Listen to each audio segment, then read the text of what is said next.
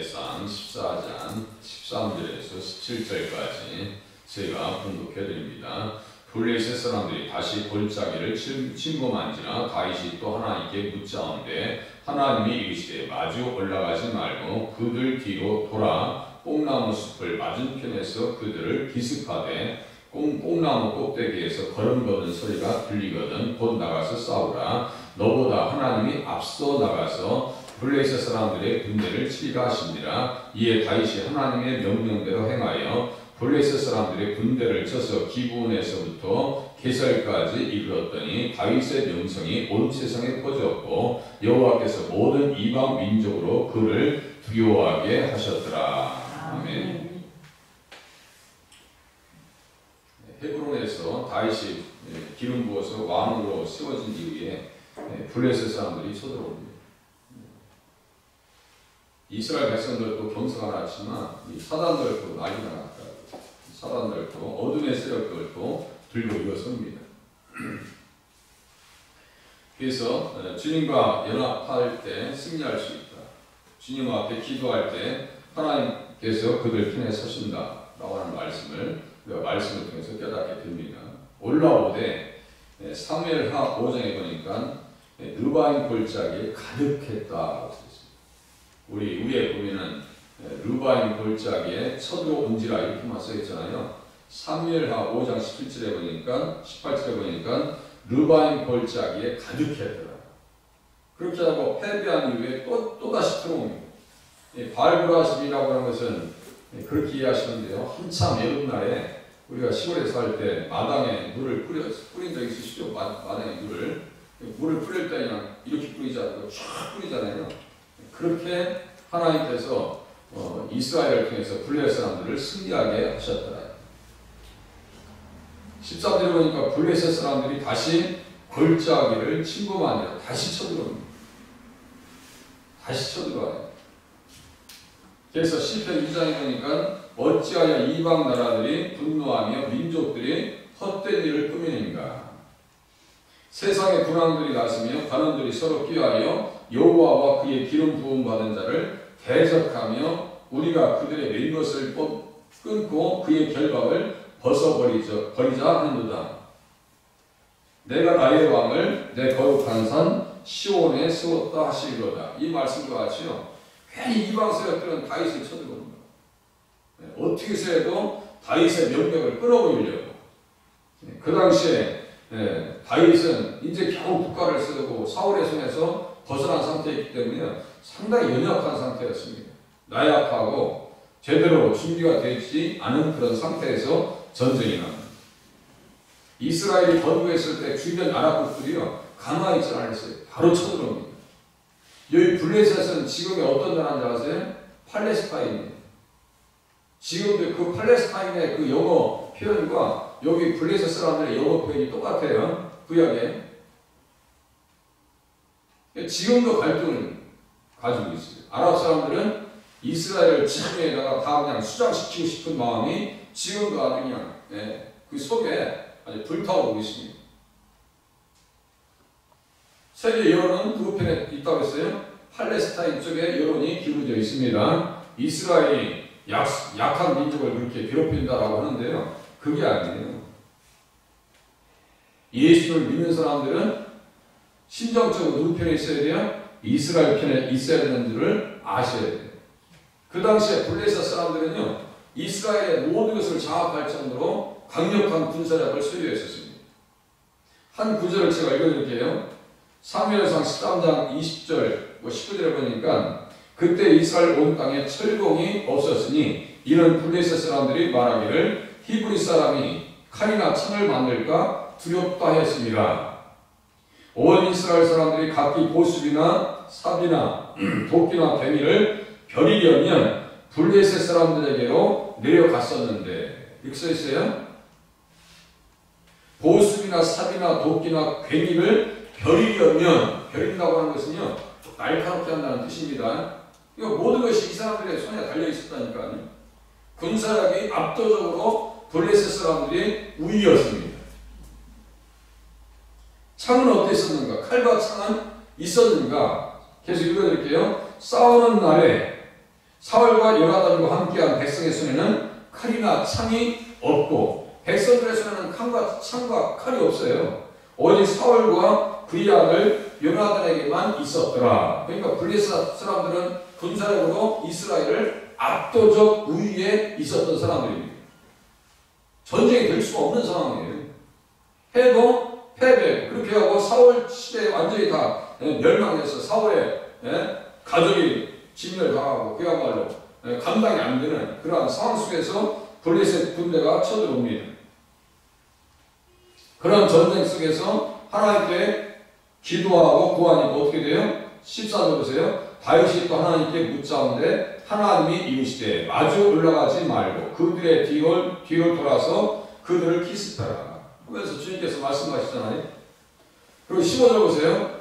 걷는 소리가 들리거든 곧 나가서 싸우라. 너보다 하나님이 앞서 나가서 블레셋 사람들의 군대를 치리라. 너보다 하나님이 앞서 나가서 이렇게 써있죠. 하나님이 앞서 가시면 승리할 수 있습니다. 말씀을 앞세우고 가면 하나님께서 승리를 경험하게 해주신다는 사실 또한 믿으실 수 있기를 바랍니다. 주님의 이름을 앞세우고 나가니까 다윗이 승리하다. 어디를 가든지 하나님께서 다윗으로 말미암아 이기게 하셨더라.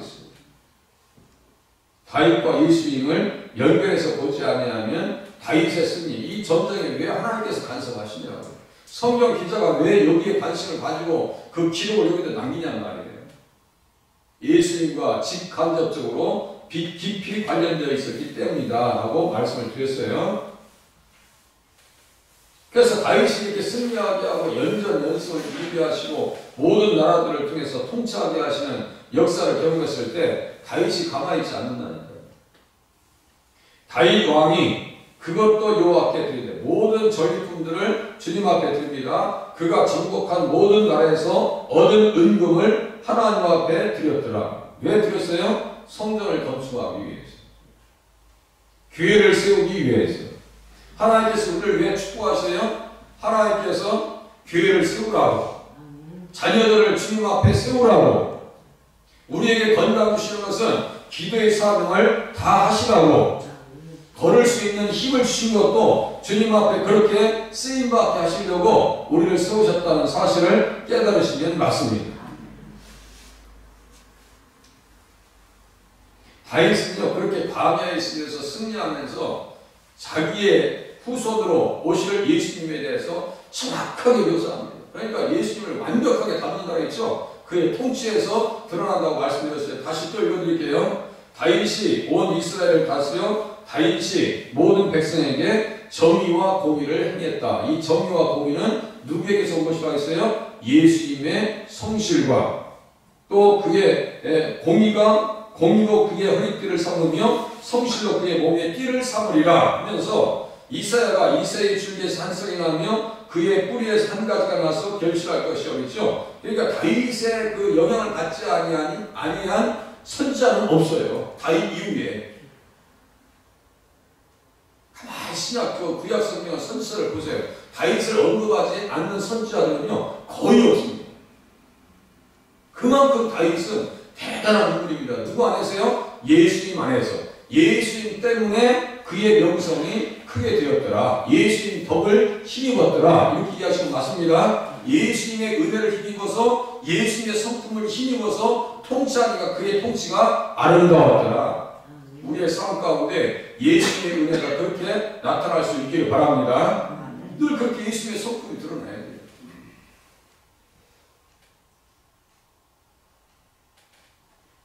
그래서 16절 보세요. 이에 다윗이 하나님의 명령대로 행하여 기도했으면요 기도한 그대로, 은혜 받았으면 은혜 받은 그대로, 응답 받았으면 응답 받은 이후의 삶 그대로 주님 앞에 살아가야 돼요.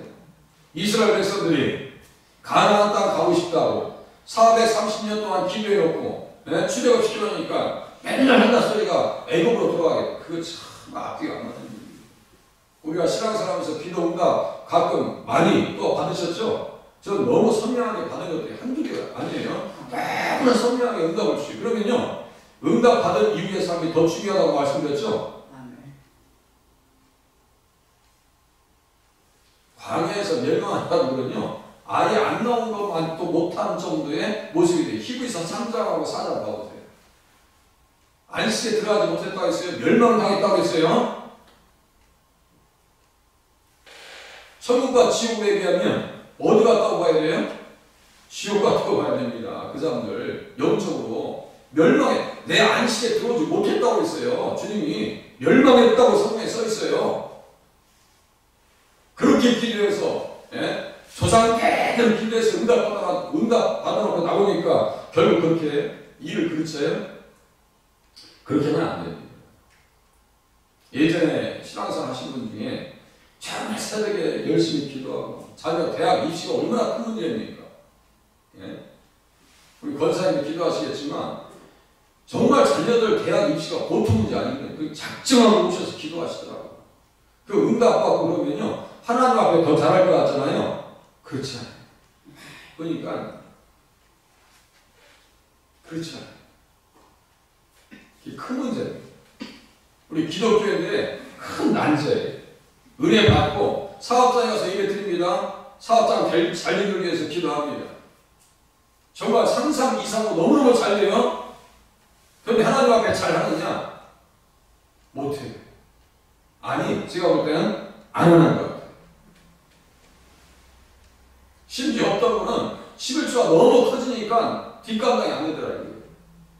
11조가 너무 커지니까. 레위기 27장 끝에 보면요 11조는 선물이라고 했어요. 제가 말씀드렸습니다. 11조를 한다는 이야기와 부자 된다는 것은 뭐 하나 차이라고 했어요?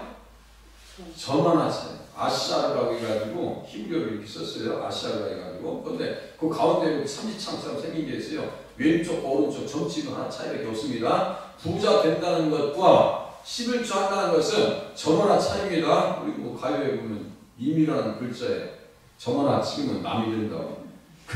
그런 얘기 하잖아요. 기도생활 하시고 신앙생활 하시는 분들은 정말 주님 앞에 부자 되실 수 있기를 바랍니다. 부자 되세요.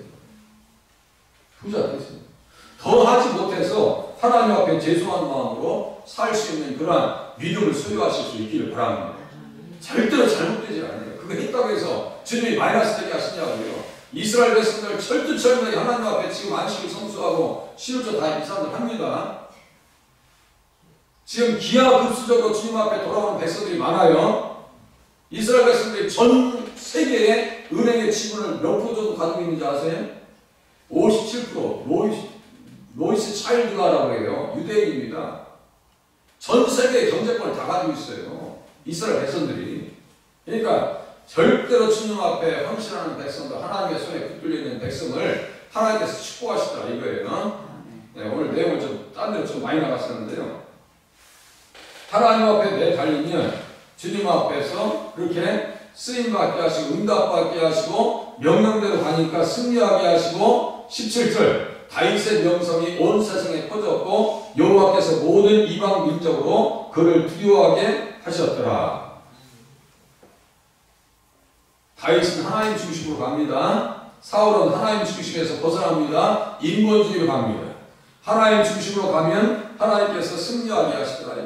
어떤 믿음을 가지고요? 하나님께서 함께 하시고 하나님께서 넘겨주신다는 확신 가지고 10절에 있는 말씀과 같이 그들을 예수에 넘기리라. 예전에 어떤 전장에 있어요? 다윗이 골리앗 앞에 싸울 때도 똑같은 고백을 합니다. 네. 주님 앞에 확신 가지고 나갑니다. 여호와의 구원하심이 칼과 창에 있지 아니함을 이 무리에게 알게 하리라. 전쟁은 여호와께 속한 것인즉 그가 너희를 우리 손에 넘기시리라. 골리앗 앞에서 그런 얘기를 할 수 있어요? 생각해보세요. 어디에서 나온 거예요? 믿음에서. 누구를 믿는 믿음에서요? 예수 그리스도를 믿는 믿음에서. 전쟁에서 승리하려면요, 첫 번째는 군사들이 많아야 됩니다. 두 번째는 무기가 많아야 돼요. 세 번째는 전술 전략이 뛰어나야 돼요. 세상에서 전쟁은 그렇게 그것이 갖춰져 있지 않으면 전쟁에서 승리할 수가 없습니다. 군량이 확보되어 있어야 되는데 그렇지 않으면 전쟁에서 못 이기죠. 그런데 이스라엘 백성들의 전쟁에서는요 그것과 관계가 없습니다.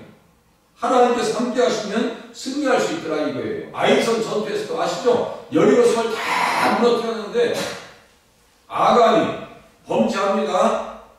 손대지 말라고. 성물을 손대지 말라고. 손댔다가 범죄하니까 하나님께서 함께 하시지 않아요? 아이성 전투에서 자기들 생각을 야 이거 몇 명 안 되니까 가서 전쟁하자. 올라갑니다. 36개 도망치면서 몇 명이 죽어요? 36명이 죽습니다. 대성통곡합니다. 이게 도대체 어디에서 이 패배가 왔는가 기도합니다. 나중에 아간이 뽑힙니다. 이게 악을 골짜기예요. 아간이라고 하는 이름인데요, 괴롭혔다는 뜻이거든요. 그거 본래 이름이 아니에요. 그게 나반은 그랬다 했죠? 본래 이름이 아닙니다. 그게 여로보암이 뭐예요? 나반은 바보 천치라는 뜻이고, 여로보암은 백성들을 다투게 했다. 아간은 괴롭혔다 이런 뜻이거든요. 누가 그 이름으로 부모님이 써주셨겠냐고요? 이름이 바뀌어버린 거예요. 하나님께서 함께 하실 때 승리할 수 있더라 이거예요. 기도하는 사람들은 하나님의 손에 붙들려 있는 사람인 줄로 깨달으시기 바랍니다. 누가 함께 하시니까요? 성령님께서 함께 하시니까. 성령님은 누구의 손이라고 했어요? 하나님의 손이라고 말씀드렸죠? 하나님의 손이라고. 하나님의 손에 붙들렸어요. 기도하시는 분들은 하나님의 손에 붙들린 사람들입니다. 히스기야 왕이 그렇게 하나님의 손에 붙들려서 기도하니까 몇 명을 물리쳤어요? 18만 5천 명이 손도 안 대고 죽임을 당합니다. 제가 역사적 기록에 있다고 했죠? 하루아침에 전염병에 의해서 18만 5천 명이 죽었더라고요. 성경은 하나도 신화가 없습니다. 에덴 동산 이야기도 신화적인 이야기가 아닙니다. 다 사실적인 이야기예요. 그때도 주님께서 뭐라고 하시는가? 열왕기하 19장 다윗과 연결해서 한번 보시자고요. 열왕기하 19장 한 2분 정도 볼게요. 2분 정도. 열왕기하 19장 앞에 좀 넘겨보세요. 열왕기하 19장 다윗의 그 위치가 포스가 성경에서 포지션이 얼마나 큰지 한번 보세요. 열왕기하 19장 34절 구약성경 597페이지네요.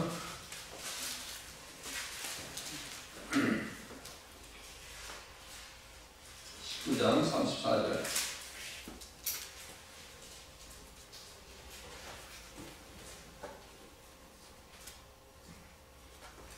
내가 나와 나의 종 다윗을 위하여 이 성을 보호하여 구원하리라 하셨나이다 하였더라. 여기 써있죠? 이때 다윗은 살아있어요? 죽어있어요? 살아있어요? 잘 보세요. 내가 나와 나의 종 다윗을 위하여 이 성을 보호하여 구원하리라 하셨나이다 하였더라. 히스기야가 왕이 될 때였어요. 그러면 다윗이 살아있었던 때에 죽어있었던 때에 죽어서 이미 다 백골이 치는데 300년 됐어요. 300년.